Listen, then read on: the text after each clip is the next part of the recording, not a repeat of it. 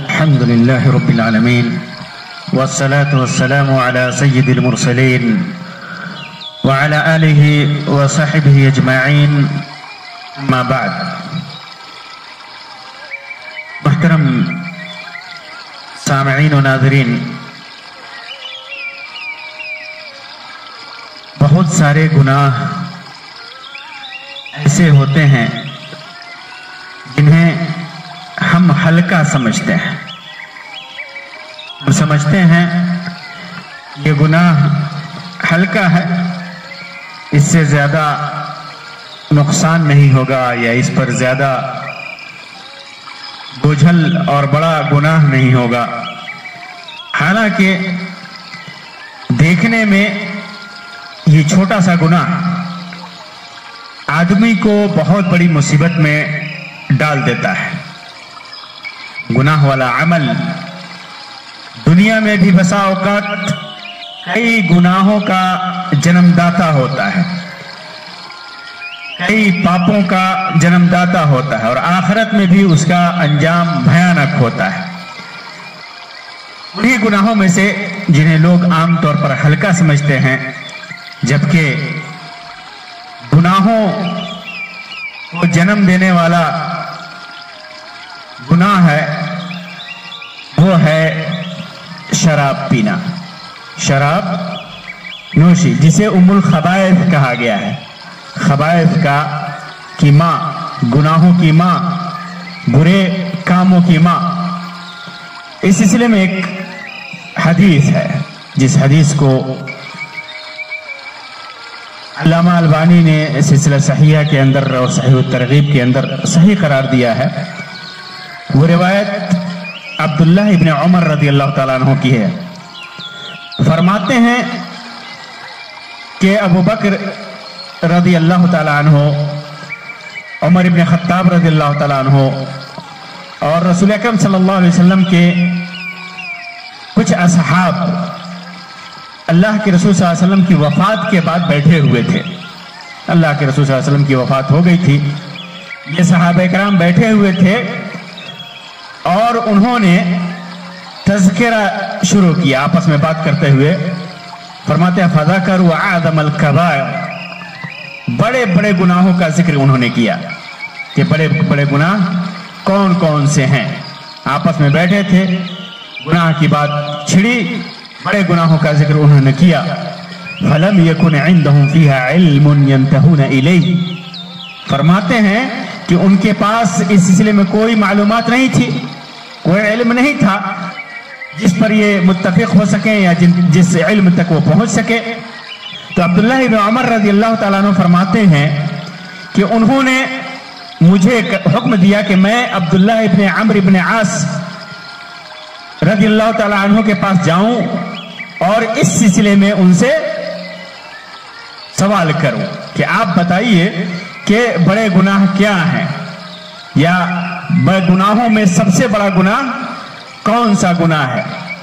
فرماتے ہیں کہ تو انہوں نے بتایا، جب میں نے جا کر کے ان سے پوچھا تو انہوں نے بتایا ان اعظم الکبائر شرب الخمر، بڑا گناہ، کبیرہ گناہوں میں بڑا گناہ شراب پینا ہے. شراب پینا ہے، شراب نوشی ہے. بڑے بڑے گناہ تو بہت ہیں لیکن ان بڑے گناہوں میں سب سے بڑا گناہ یہ شراب نوشی ہے. فَأَتَيْتُهُمْ فَأَخْبَرْتُهُمْ، فرماتے ہیں کہ میں ان صحابہ کرام کے پاس، ابو بکر رضی اللہ تعالیٰ عنہ، عمر ابن خطاب رضی اللہ تعالیٰ عنہ اور اللہ کے رسول صلی اللہ علیہ وسلم کے جو بعض اصحاب تھے ان کے پاس میں آیا اور میں نے بتایا کہ عبداللہ ابن عمرو ابن عاص رضی اللہ تعالیٰ عنہ فرماتے ہیں کہ اعظم الکبائر، بڑے گناہوں میں سب سے بڑا گناہ یہ شراب نوشی ہے. انہوں نے بتایا ہے. فَأَنْكَرُوا ذَلِكَ، تو انہوں نے انکار کیا، کہا کہ ایسا کیسے ہو سکتا ہے کہ سب سے بڑا گناہ شراب نوشی ہو، بڑے گناہوں میں سب سے بڑا گناہ شراب نوشی ہو، کیسے ہو سکتا ہے. انہوں نے انکار کیا. وَوَثَبُوا إِلَيْهِ جَمِيعًا، چلے سب کے سب عبداللہ ابن عمرو ابن العاص رضی اللہ تعالیٰ عنہ کے پاس چلے، یہاں تک کہ ان کے پاس ان کے گھر میں تشریف لائے. اخبرہم،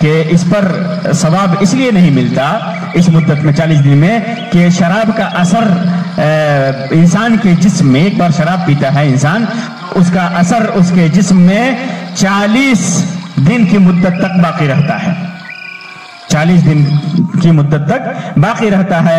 اسی وجہ سے اس کی نماز قبول نہیں تھی. فرضیت کی ادائیگی ہو جائے گی لیکن اس کی نماز کا ثواب اس کو نہیں ملے گا جس نے شراب پی. اتنا بڑا اس کا گناہ ہے، بہت بڑی محرومی ہے شراب پینے والوں کے لیے. اس کے بعد فرمایا وَلَا يَمُوتُ وَفِي مَثَانِيَتِهِ مِنْهَا شَيْءٌ إِلَّا حُرِّمَتْ عَلَيْهِ الْجَنَّةِ، کہ اگر وہ مر جاتا ہے، کوئی انسان مر جاتا ہے اور شراب پیے ہوا ہے اور اس کے مثانے میں، جہاں پیشاب جو گردے میں مثانے میں جمع ہوتا ہے وہاں پر شراب ہے، کچھ بھی شراب کا حصہ باقی ہے، کوئی آدمی شراب پیا اور 40 دن کی مدت کے درمیان اس کے مثانے میں شراب کا کچھ بھی حصہ باقی ہے، الا حرمت علیہ الجنہ، اس کے اوپر جنت حرام کر دی جاتی ہے. اتنا بڑا گناہ ہے شراب پینے کا. وَإِن مَاتَ فِي الْأَرْبَعِينَ مَاتَ مِيتَةً جَاهِلِيَّةً، اور 40 دن کے اندر اس کی موت ہو جاتی ہے تو جاہلیت کی موت ہو جاتی ہے، یعنی ضلالت اور گمراہی پر موت ہوتی ہے. جاہلیت کے لوگ، گمراہ لوگ جیسے مرتے ہیں ویسے ہی اس کی موت ہوتی ہے. تو شراب اگر کسی نے غلطی سے پی لی ہے تو ضروری ہے اس کے لیے کہ توبہ صدق کرے، موت سے پہلے سچی توبہ کرے، سچی توبہ کرے، اس کے لیے ضروری ہے. یہی وجہ ہے کہ شراب کو ام الخبائث کہا گیا ہے، گناہوں کی ماں کہا گیا ہے، گناہوں کا، بہت سارے گناہوں کی جنک ہے یہ شراب، بہت سارے گناہوں کا سبب ہے. کہ جو بھی انسان شراب پیتا ہو اسے اللہ سے ڈرنا چاہیے اور یہ سوچنا چاہیے کہ شراب نے اسے کہاں تک پہنچا دیا، کتنے گناہ کا وہ ارتکاب کرتا ہے، کتنی برائیوں کا ارتکاب کرتا ہے. آپ دیکھیں گے اسی شراب کی وجہ سے انسان اپنی عزت کھو دیتا ہے، اپنی عقل کھو دیتا ہے، اپنی دولت کھو دیتا ہے. بسا اوقات شراب نہ ملنے پر شراب کا عادی اپنے دین کے ساتھ ساتھ اپنی جان بھی کھو دیتا ہے، سوسائڈ کرنے پر خود کو مجبور کرتا ہے، لوگوں سے چک کے دولت کو چوری کرتا ہے، ڈکیتی کرتا ہے، بال بچوں کے جو خرچے ہیں اس میں کمی کرتا ہے.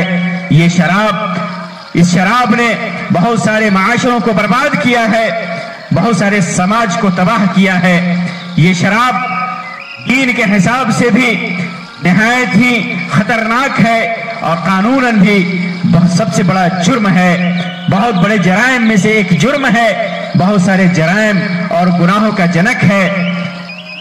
یہ شراب انسان کے دین کے ساتھ ساتھ اس کی دنیا اور اس کی عزت، اس کے عقل، اس کی مال و دولت، ہر چیز کو برباد کرنے والی ہے.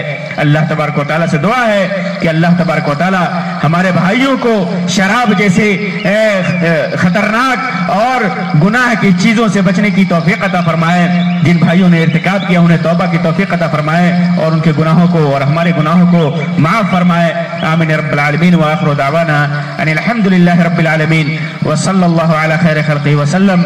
والسلام علیکم ورحمۃ اللہ وبرکاتہ.